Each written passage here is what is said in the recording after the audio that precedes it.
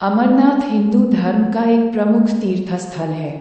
ये भारत के जम्मू और कश्मीर प्रदेश की राजधानी श्रीनगर के उत्तर पूर्व में 135 किलोमीटर दूर समुद्र तल से 13,600 फुट की ऊंचाई पर स्थित है। इस गुफा की लंबाई, भीतर की ओर गहराई 19 मीटर और चौड़ाई 16 मीटर है। गुफा 11 मीटर ऊंची है। अमरनाथ गुफा भगवान शिव के प्रमुख धार्मिक स्थलों में से एक है। अमरनाथ को तीर्थों का तीर्थ कहा जाता है क्योंकि यहीं पर भगवान शिव ने मां पार्वती को अमरत्व का रहस्य बताया था। यहाँ की प्रमुख विशेषता पवित्र गुफा में बर्फ से प्राकृतिक शिवलिंग का निर्मित होना है। प्राकृतिक हिम से निर्मित होने के कारण इसे स्वयंभू हिमानी शिवलिंग भी कहते हैं।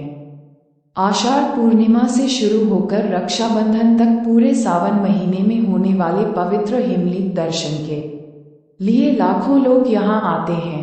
गुफा की परिधि लगभग 150 फुट है और इसमें ऊपर से बर्फ के पानी की बूंदें जगह जगह टपकती रहती हैं। यहीं पर एक ऐसी जगह है जिसमें टपकने वाली हिम बूंदों से लगभग 10 फुट लंबा शिवलिंग बनता है। चंद्रमा के घटने बढ़ने के साथ साथ इस बर्फ का आकार भी घटता बढ़ता रहता है। श्रावण पूर्णिमा को यह अपने पूरे आकार में आ जाता है और अमावस्या तक धीरे धीरे छोटा होता जाता है। आश्चर्य की बात यही है कि यह शिवलिंग ठोस बर्फ का बना होता है, जबकि गुफा में आमतौर पर कच्ची बर्फ ही होती है जो हाथ में लेते ही भुरभुर जाए। मूल अमरनाथ शिवलिंग से कई फुट दूर गणेश, भैरव और पार्वती के वैसे ही अलग अलग हिमखंड हैं। जनश्रुति प्रचलित है कि इसी गुफा में माता पार्वती को भगवान शिव ने अमर कथा सुनाई थी, जिसे सुनकर सद्योजात शुक शिशु शुकदेव ऋषि के रूप में अमर हो गए थे। गुफा में आज भी श्रद्धालुओं को कबूतरों का एक जोड़ा दिखाई दे जाता है, जिन्हें श्रद्धालु अमर पक्षी बताते हैं।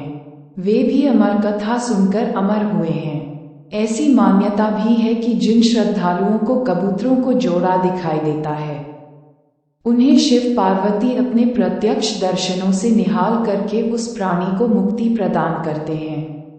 ये भी माना जाता है कि भगवान शिव ने अर्धतागिनी पार्वती को इस गुफा में एक ऐसी कथा सुनाई थी जिसमें अमरनाथ की यात्रा और उसके मार्ग में आने वाले अनेक स्थलों का वर्णन था।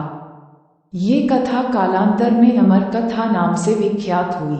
कुछ विद्वानों का मत है कि भगवान शंकर जब पार्वती को अमर कथा सुनाने ले जा रहे थे तो उन्होंने छोटे छोटे अनंत नागों को अनंतनाग में छोड़ा, माथे के चंदन को चंदनबाड़ी में उतारा, अन्य पिस्सुओं को पिस्सू टॉप पर और गले के शेषनाग को शेषनाग नामक स्थल पर छोड़ा था।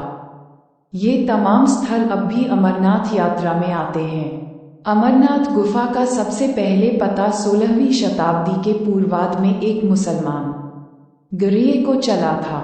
आज भी चौथाई चढ़ावा उस मुसलमान गरीये के वंशजों को मिलता है। आश्चर्य की बात यह है कि अमरनाथ गुफा एक नहीं है। अमरावती नदी के पथ पर आगे बढ़ते समय और भी कई छोटी बड़ी गुफाएं दिखती हैं। वे सभी बर्फ से ढकी हैं।